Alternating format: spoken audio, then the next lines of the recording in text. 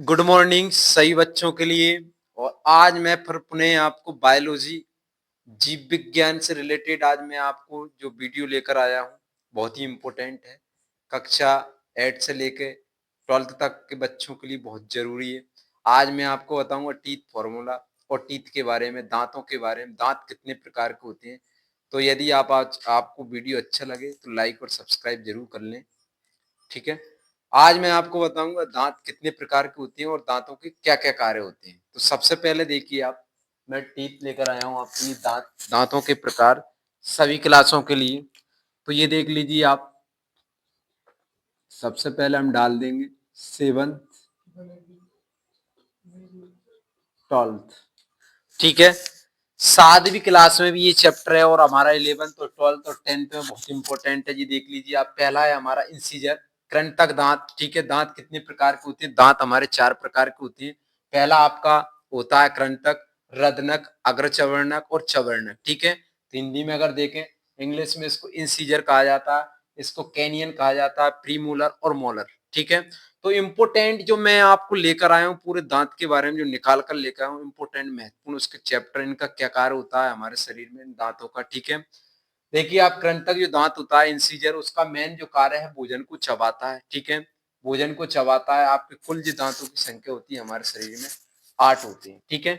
ये मैंने इम्पोर्टेंट आपको लिख दिया गया है कि इंसीजर जो होते हैं हमारे, वो कितनी होती है आपके 8, और भोजन को चबाने का वो काम करते हैं। इसको कृंतक कहा जाता है। ठीक है।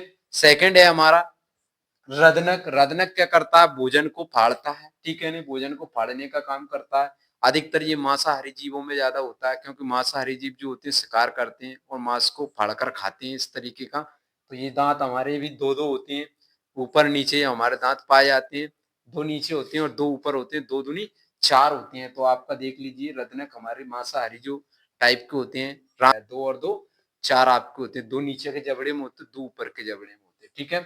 तो रदनक कितने प्रकार के होते हैं आपके? कुल दांतों की संख्या कितनी होती है इसमें? 4 होती है। ठीक है।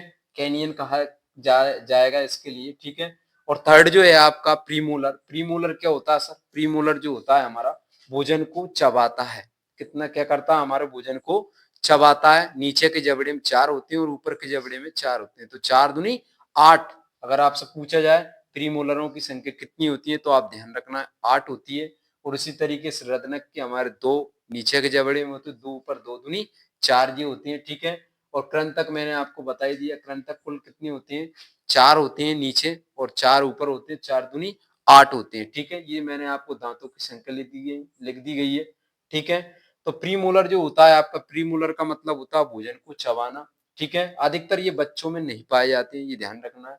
आता है कि जो प्रीमोलर होता है वयस्कों में या बच्चों में किसमें पाया जाता है, तो ध्यान रखना बच्चों में ये दांत नहीं पाया जाता है। ठीक है।